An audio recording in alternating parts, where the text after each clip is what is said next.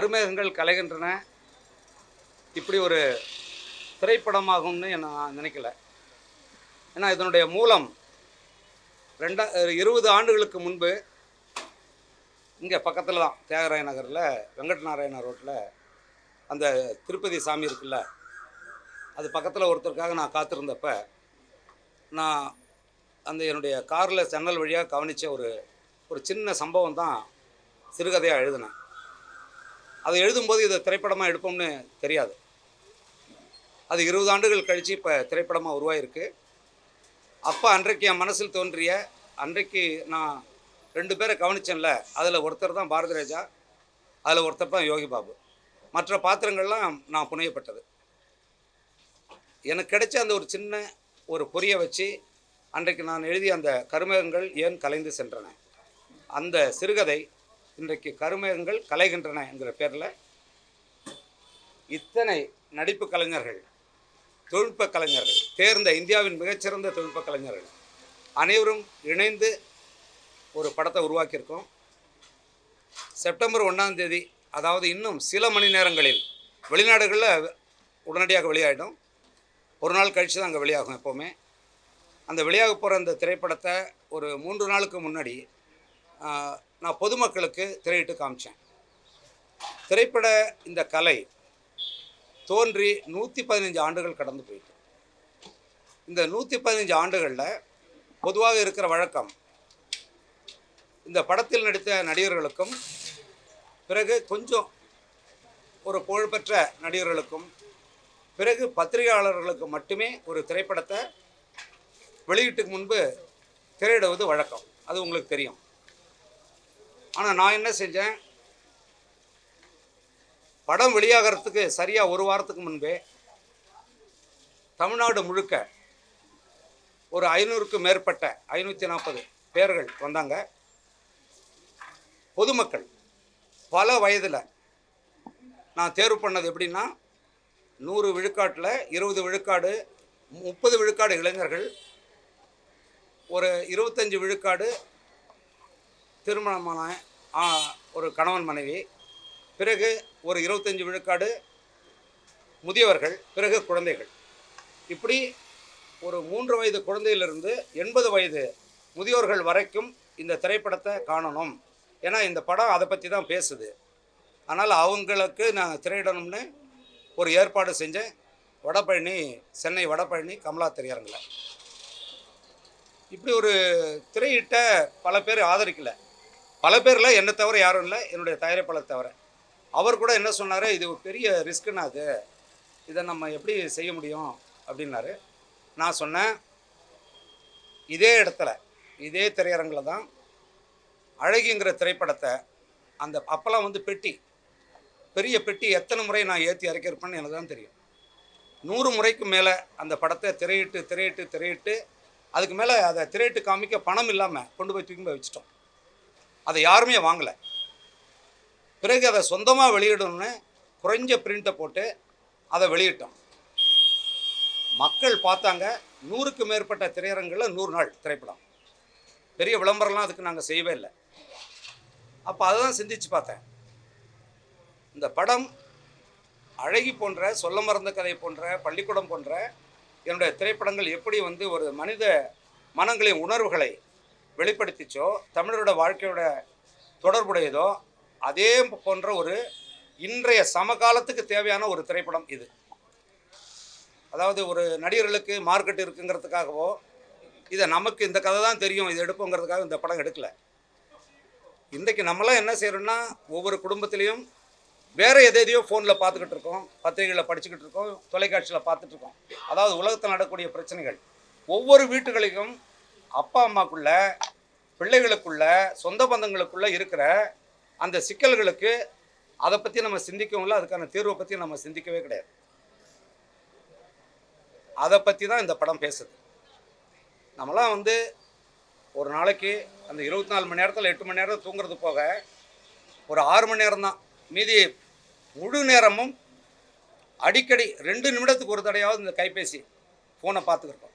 அது ஏதாவது அழைப்பு வரலன்னா நம்ம செத்து போயிட்டோமோன்னு உணர்றோம். அவ்வளோ தூரம் அடிமையாயிட்டாங்க அந்த மக்கள். இந்த கைபேசி எப்படி எல்லாரையும் பழி வாங்கிக்கிட்டு இருக்கு, இந்த உறவுகளை தொலைச்சிக்கிட்டு இருக்கோம், உறவுகள்லாம் காணாமல் போய்கிட்டு இருக்கு. ஒரே வீட்டுக்குள்ள அப்பாவும் பிள்ளையும் அம்மாவும் பிள்ளையும் இருந்தாலும் பேசிக்கிறது இல்லை. ஏதாவது தேவைக்கு மட்டும் பேசுகிறாங்க. மற்ற நேரங்கள் அறைக்குள்ளே இருந்து இங்கேருந்து ஒரு செய்தி அனுப்புகிறாங்க, அதில் தான் அன்பை காட்டுறாங்க, பாசத்தை காட்டுறாங்க, எல்லாத்தையும் காட்டுறாங்க. இது இப்படியே போயிட்டு அந்த உறவுகள் என்ன ஆகும்? இதை நான் ஒரு நாள் சிந்தித்தேன். அதுக்காக தான் இந்த படத்தை நான் எடுத்திருக்கேன். ஒரு இன்றைக்கு இந்த படம் மிக முக்கியமானதுங்க. ஏன்னா திரைப்படங்கள்லாம் இன்றைக்கி அதை தான் இன்றைக்கி வந்து நான் திரையிட்டு காட்டினப்ப அந்த மக்களோட நான் வந்து இருந்து படத்தை பார்த்தேன். பாரதிராஜா அண்ணனும் குடும்பத்தோடு வந்திருந்தார். அவர், அவருடைய மனைவி, அவருடைய மகன்கள், பேரப்பிள்ளைகள், மருமகள் அனைவருமே வந்திருந்தாங்க காட்சிக்கு. அதிதி அதே மாதிரி குடும்பத்தோடு வந்திருந்தாங்க. நானும் என்னுடைய குடும்பத்தோடு போயிருந்தேன். படம் தான் வரப்போகுது, இதுக்கு மேலே சொல்கிறதுக்கு என்ன இருக்குது? உங்களுக்கு தெரிஞ்சிடும். ஒரு நொடி கூட மக்கள் அங்கங்கே அசையலை. அந்த குண்டூசி விழுந்தால் சத்தம் கேட்குன்னு சொல்லுவாங்கள்ல, அப்படி தான் திரையரங்கம் இருந்துச்சு கடைசி வரைக்கும். அப்படி ஒரு கரவொலி, கைத்தட்டல் அதிர்ந்துச்சு. அவங்களால அங்கேருந்து 1 மணி நேரம் கலைஞ்சி போக முடியல. அங்கேயே சுற்றி சுற்றி நின்னாங்க பல பேர். அந்த நானே போய் மக்கள்கிட்ட கருத்து கேட்டேன், பாரதிராஜாவே கருத்து கேட்டார், அதிதி கேட்டாங்க. அவங்களால சொல்ல முடியல, உணர்ச்சியை வெளிப்படுத்தி பல பேர் அங்கேயே அழுதாங்க. காரணம் என்னென்னா, அவங்களுக்குள்ளே இருக்கிற அந்த சிக்கல்களை, பிரச்சனைகளை இந்த படம் கிளறி விடுது. அப்போ அதுக்கான தீர்வுகளை எட்டும். இது ஒரு குடும்ப படம். நான் என்ன தான் கத்தினாலும் யாரும் கேட்க போகிறதில்ல. ஏன்னா இன்றைக்கு அதிகப்படியான சத்தங்களும், துப்பாக்கி சத்தங்களும், ஒரு வன்முறைகளும், வெட்டு குத்துகளும், இரத்தங்களும், கொலைகளும், அப்புறம் போதை, கஞ்சா கடத்தல், அது இது, அப்புறம் எல்லாம் எதெல்லாம் குழந்தைகள் பார்க்கக்கூடாதோ, பெரியவங்களும் பார்க்கக்கூடாதோ, மனசில் எதை ஏற்றக்கூடாதோ அதை மட்டுமே வச்சு கோடிக்கணக்கான செலவில் எடுக்கப்படுற படங்களுக்கு நடுவில் இந்த உணர்வுகளை பேசக்கூடிய படங்களுக்கு என்றைக்குமே மக்களிடத்தில் ஒரு இடம் இருக்குது. ஆனால் இடையில தான் தடை இருக்குது. இதை மக்கள்கிட்ட கொண்டு போய் சேர்க்கறதுக்கு பல பேருங்க தடையாக இருக்காங்க. அதனால தான் நான் அந்த காட்சியை நான் அங்கே திரையிட்டேன். நேரடியாக மக்கள் தான் எப்போதுமே இதுக்கான கருத்தை வந்து தீர்மானிக்கிறவங்க. தீர்ப்பு அவங்களே சொல்லட்டுமே. எப்படி அழகுபடுத்த செய்தாங்களோ அதே மாதிரி செய்யட்டுமே நான் வந்து திரையிட்டேன். அந்த அவங்களோட என்கிட்ட பரிமாறிக்கிட்ட உணர்ச்சி, பரிமாறாத உணர்ச்சி, அது எல்லாமே நான் புரிஞ்சுக்கிட்டேன். அந்த அடிப்படையில் தான் எப்போவுமே பத்திரிகையாளர்களுக்கு ஒரு படத்தினுடைய காட்சியை அதுக்கு முதல் நாள் தான் போடுவாங்க. காரணம் என்னென்னா, வெளியில் கதை தெரிஞ்சிடும், ஏதாவது படம் தப்பாக எழுதிட்டா கூட்டம் வராது. ஏன்னா முதல் 3 நாள் தானே கூட்டம் வரணும், வந்தால் தானே காசு. அதனால் தப்பாயிடுன்னு பயந்துக்கிட்ட யாரும் காட்டுறதில்லை. ஆனால் நான் 4 நாட்களுக்கு முன்னாடி இங்கே நான் அதை திரையிட்டிருக்கேன். காரணம் இது என்னென்னா, என்னுடைய துணிச்சல் அல்ல, இந்த கருமேகங்கள் கலைகின்றன படம் கொடுத்த துணிச்சல், அது கொடுத்த நம்பிக்கை. அந்த அடிப்படையில் தான் இந்த படத்தை எடுத்திருக்கோம். மற்றபடி நான் அதில் சொல்கிறதுக்கு எதுவுமே இல்லை. என்னென்னா, உங்களுக்கு கவனிச்சிருப்பீங்க, கிட்டத்தட்ட 1983ஆம் ஆண்டு நான் திரைப்படக் கல்லூரி படித்து முடித்து 90ஆம் ஆண்டு அந்த கேமராவை பிடிச்சேன். இப்போ என்ன 43 ஆண்டுகள், கிட்டத்தட்ட 33 ஆண்டுகளாக நான் இந்த துறையில் கேமராமேனாக, இயக்குனராக, நடிகராக எல்லா வேலையும் செய்துட்ருக்கேன். தமிழ்நாட்டினுடைய எந்த உரிமை சிக்கல்கள் வந்தாலும், இனப்பிரச்சனை வந்தாலும், மொழி பிரச்சனை வந்தாலும் எல்லாத்துக்கும் முதலாக போய் நின்று போராடி இருக்கேன், மறியல் பண்ணியிருக்கேன், கைதாகியிருக்கேன். காரணம் என்னென்னா, என்னுடைய மண் சம்பந்தமான கதைகளை மட்டுமே நான் பேசணும்னு நினைக்கிறேன். அதை என் வாழ்நாள் முழுக்க இருக்கிற வரைக்கும் அதை செய்யணும்னு நான் விரும்புகிறேன். எப்படி என்னுடைய அழகி, சொல்ல மறந்த கதை, பள்ளிக்கூடம் போன்ற படங்கள் எல்லாம் அன்றைக்கு மிகப்பெரிய அளவில் கொண்டாடப்பட்டதும் இன்றைக்கும் கொண்டாடுறீங்க. இதை திரையரங்கில் இந்த படத்தை போய் நீங்கள் பார்க்கணும். அதுதான் நான் இதில் வந்து வைக்கிற கோரிக்கை. நீங்கள் வந்து வீட்டில் உட்காந்துட்டே பார்த்தா இந்த அனுபவம் உங்களுக்கு கிடைக்காது. திரையரங்கில் உலகம் முழுக்க இந்த படத்தை நான் வெளியிடுறேன். வெளிநாட்டில் மட்டும் 400 திரையரங்களுக்கு மேலே வெளியாகுது இந்த படம். ஏன்னா பாரதிராஜா அண்ணன் உலக தமிழர்களுக்கு எப்படின்னு தெரியும் உங்களுக்கு. அவர் வந்து தென் தமிழ்நாட்டினுடைய கலாச்சாரம், பண்பாடுகளை, அந்த மக்களுடைய மனங்களை 60 ஆண்டுகளாக திரையில் காண்பித்தவர். நான் வட தமிழ்நாட்டினுடைய மக்களுடைய வாழ்வியலை காண்பித்தேன். நாங்கள் 2 பேருமே தமிழருடைய வாழ்வியலோடு 2.5 கலந்தவங்க. அப்போ எங்களுடைய படங்களை உலக நாடுகளில் பார்க்க அவ்வளோ மகிழ்ச்சியாகவும் காத்திருக்காங்க. நீங்களும் தமிழ்நாட்டில் இருக்கக்கூடிய நம்ம மக்கள், இந்த படம் டெல்லியில் வெளியாகுது, மும்பையில் வெளியாகுது, அகமதாபாத்தில் வெளியாகுது, அந்தமானில் வெளியாகுது, எல்லா இடங்களிலும் வெளியாகுது, கேரளாவிலையும் வெளியாகுது, கர்நாடகாவில் எல்லா இடங்களையும் வெளியாகுது. எங்கெங்கே தமிழர்கள் இருக்காங்களோ 100 தமிழர்கள் இருந்தாலும் அவங்களும் பார்க்கணுங்கிறதுக்காக இந்த படத்தை உலகம் முழுக்க இதை வெளியிடுறோம். இதை நீங்கள் வந்து இந்த படத்தை கருமேகங்கள் கலைகின்றனங்கிற வந்து ஒரு சினிமா இல்லை, அது மக்களுடைய வாழ்வியலோடு இருக்குது. உங்களுக்கானவங்க வீட்டில் இருப்பாங்க, அந்த படத்தில் இருக்கிறவங்கெல்லாம் பக்கத்து வீட்டில் இருப்பாங்க, நம்ம சொந்தங்கள் இருப்பாங்க, நீங்களாக கூட இருக்க முடியும். இந்த படம் உங்களுக்குள்ள மிகப்பெரிய ஒரு மாற்றத்தை விதைக்க போகுது. அதை நீங்களே உணர்வீங்க. உங்களுக்கு இப்படி ஒரு திரைப்படம் கொடுத்ததில்ல. நான் திரும்பவும் சொல்கிறேன், நான் நிறைய படங்கள் பண்ணிக்கிட்டே இருக்கேன். இது என்னுடைய 50க்கும் மேற்பட்ட ஒரு படம், எல்லாமும் சேர்த்து, கேமராமேனாகவும் சேர்த்து. ஒரு முழுமையான எனக்கு ஒரு முழுமையான மனநிறைவை தந்த ஒரு திரைப்படம். ஏன்னா நான் கற்ற இந்த உலக சினிமா, உலக இலக்கியம், உலக அரசியல் அனைத்தையும் உள்ளடக்கி என்னுடைய மக்களோடு வாழ்ந்த வாழ்வியலை அனுபவத்தை கொண்டு படைச்சிருக்கிற இந்த படம் எனக்கு மிக பிடித்தமான படம். வணிக ரீதியாக வந்து உங்களுக்கு படம் வெற்றி அடையணும்னு நினைக்கிறீங்களா, இல்லை மக்கள்கிட்ட போய் சேர்ந்தா போதும்னு நினைக்கிறீங்களா? ஏன்னா மற்ற படங்கள் போதையை எடுத்து பல 500 கோடி அப்படின்றீங்க, லேட்டஸ்ட்டாக அந்த ஜெயிலர்லாம் அப்படி தான் இட்டு கொடுத்துருக்காங்க. ஸோ நீங்கள் அதுக்காக அப்படி பேசுகிறீங்களா? இல்லை, அது இல்லை. மக்கள்கிட்ட சேர்ந்தாலே வெற்றி தானே. மக்கள்கிட்ட சேர்ந்தால் தான் வெற்றி. அது மக்கள் கிட்ட சேரணுங்கிறது தான் என்னுடைய விருப்பம். மக்கள் இந்த படத்தை பார்க்கணும்னு தான் நீங்கள் சொல்கிறீங்க. ஆமாம், அதிக பணம் வந்தால் கூட எனக்கு தேவையில்லைன்றீங்க. இல்லைங்க, மக்கள் பார்த்தாலே பணம் வந்துருமே. மக்கள் பார்த்தா சும்மா காட்டுன்னு நீங்கள் தான் சொல்லுவீங்க. என்னுடைய மக்கள் அதை சொல்ல மாட்டாங்க. இந்த இடத்துல ஒரு ஒரு ஒரு செய்தியை நான் வந்து பரிமாறிக்க விரும்புகிறேன். இவர் தோழர் கேட்டதுக்காக அதை சொல்லக்கூடாதுன்னு நினச்சேன். இந்த கமலா திரையரங்கத்தில் என்னோட இந்த இந்த காட்சி வந்து பொதுமக்களுக்கான காட்சி முடிஞ்சாச்சு. 1 மணி நேரத்துக்கு மேலே அங்கே எல்லாம் இருந்தாங்க, அப்புறம் போயிட்டாங்க. நான் வந்து அங்கே திரையரங்குக்காரங்களுக்கு போய் நன்றி சொல்லிவிட்டு வெளியே வந்து என்னுடைய காரில் ஏற போகும்போது ஒருத்தர் வந்தார். வந்து பக்கத்தில் பார்த்தா ஒரு மாதிரி இருந்து அவர் கண்ணெலாம் கலங்கி இருந்துச்சு. பார்த்துட்டு சார் அப்படின்னு, என்னங்க அப்படின்னா, என் கையை 2 கையும் பிடிச்சிட்டு என் கையில் திணிச்சார். என்னென்னா பார்த்தேன் ஒரு 200 ரூபா நோட்டு, அது ஒரு 4 மடிப்பாக இருந்தது. எதுங்க? இல்லை சார், நான் இந்த படத்தை பார்த்தேன் சார், இதை உங்கள் தயாரிப்பாளர்கிட்ட கொண்டு போய் கொடுங்க சார். எனக்கு வேறு தெரியல சார், நான் உங்கள் படங்கள்லாம் நிறையா பார்த்து உங்களோட நிறையா, அது எப்படி சார் நான் சொல்கிறது, அவருக்கு பேச தெரியல அவரால். அப்போ நான் அங்கேருந்து திரும்பி பார்த்தப்ப அங்கே நிற்கிறாங்க அவங்களுடைய உறவினர்கள் நினைக்கிறேன், மனைவி குழந்தைகளாக இருக்கக்கூடும். அவர் ஒரு உழைப்பாளி தான் அவர். அப்போ இல்லைங்கய்யா நீங்கள் வச்சுக்கணும், இல்லைங்க இது அவருக்கு போய் சேரணுங்க அப்படின்னாங்க. அந்த 200 ரூபாய் அப்போ நான் எடுத்து பார்த்தேன். அதுதான் முதலாக இந்த படத்துக்கு வந்த மக்களிடமிருந்து வந்த முதல் பணம்.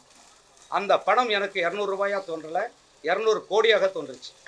அது எப்படி வருங்கிறத இந்த மக்கள் முடிவு செய்வாங்க. படங்கள் வந்து மக்கள் ஆதரிக்கிறாங்கன்னு சொல்றீங்க. சரிங்க, சரி. அதே சமயம் வந்து அயோத்தி மாதிரி, டாடா மாதிரி படங்களை மக்கள் ஆதரிச்சிருக்காங்க. இந்த வருஷத்துல பார்த்தீங்கன்னா 6 படங்கள் வந்து அயோத்தி, பம்பர், அந்த மாதிரி போர்த்தொழி, அந்த மாதிரி படங்கள் மக்கள் ஆதரிச்சிருக்காங்க இல்லையா? ஸோ 2 படத்துலையும் மக்கள் ஆதரிக்கிறாங்க. நல்ல படத்தை கண்டிப்பாக மக்கள் ஆதரிச்சுட்டு தான் இருக்காங்க. நீங்கள் வன்முறை படங்கள் மட்டும் ரொம்ப குறிப்பிட்டு இல்லை அப்படி சொல்லலை. இன்றைக்கு வந்து இந்த குழந்தையும் வச்சுக்கிட்டு தான் அந்த வன்முறையை காட்ட வேண்டியிருக்கு. அந்த வன்முறைங்கிறது என்னென்னா நல்லா புரிஞ்சுக்கணும், எல்லாரும் மிக கவனமாக புரிஞ்சுக்கணும். நம்ம பாடத்திட்டத்தில் அதெல்லாம் சொல்லித்தரப்படுறது அல்ல. நம்ம என்ன குழந்தைகளுக்கு காட்டுறோமோ அதுதான் அவங்க மனசில் ஏறும். ஒரு காட்சி வடிவில் ஒன்று காட்டுறீங்க, அதாவது சாதாரண குருவிகளை சொல்கிற மாதிரி சுட்டு தள்ளுறாங்க, அப்படியே குடலை வெட்டி எடுக்கிறாங்க, ரத்தம் அப்படியே கொட்டுது, போதையும். அதுவும் குழந்தைக்கு அதை பற்றிலாம் என்னன்னே தெரியாது. அந்த குழந்தைகள் பார்த்தா என்ன தோணும், அவங்க என்ன மாதிரி ஆளாக அவங்க வளர்ந்து வருவாங்க.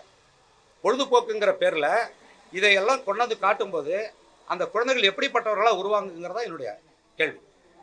சரிங்களா? மனித உணர்வுகள் தொடர்பான படங்கள் மக்கள் ஆதரிக்காங்கிறது உண்மைதான். ஆனால் எப்போ ஆதரிக்குங்க தெரியுமா? நாள் கழித்து ஆதரிக்குங்க. அப்போ திரையரங்கில் அந்த படம் இருக்கிறது இல்லை.